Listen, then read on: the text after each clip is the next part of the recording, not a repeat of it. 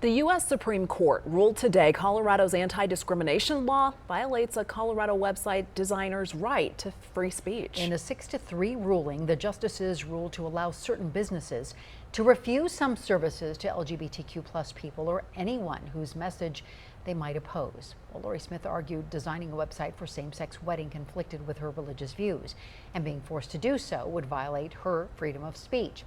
This ruling could have potential sweeping ramifications. As Denver 7's Megan Lopez reports, there's a lot of uncertainty to come.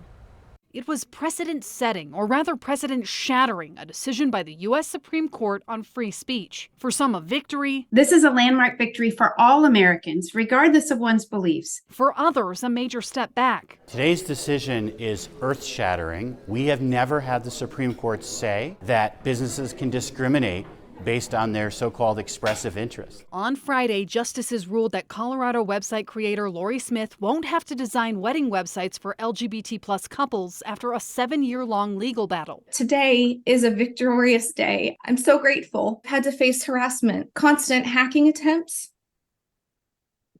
and even death threats. Smith says this ruling doesn't mean she will deny all business from that community. She just won't work on projects that promote that message. And I create custom artwork for everyone, including those who identify as LGBT. For me, it's never about the who, it's about the what. Her lawyers, meanwhile, say this was about government censorship and everyone should applaud the ruling. The government should no more force Lori to speak against her beliefs about marriage than an LGBT website designer to speak contrary to her beliefs.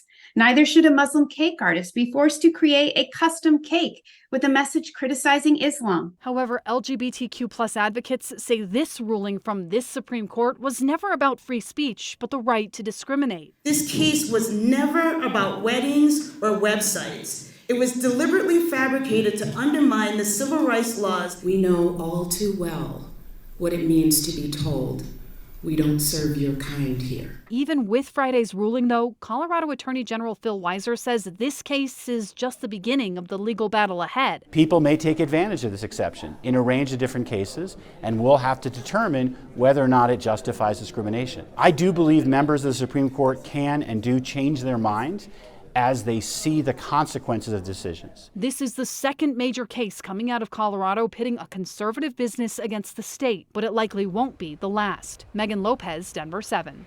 And as Megan just mentioned, this is the second major case in this realm from Colorado. In 2018, justices handed down a narrow ruling in favor of a cake shop owner who refused to make a custom cake on religious grounds. He is now in another legal battle after refusing to make a cake for a gender transition party.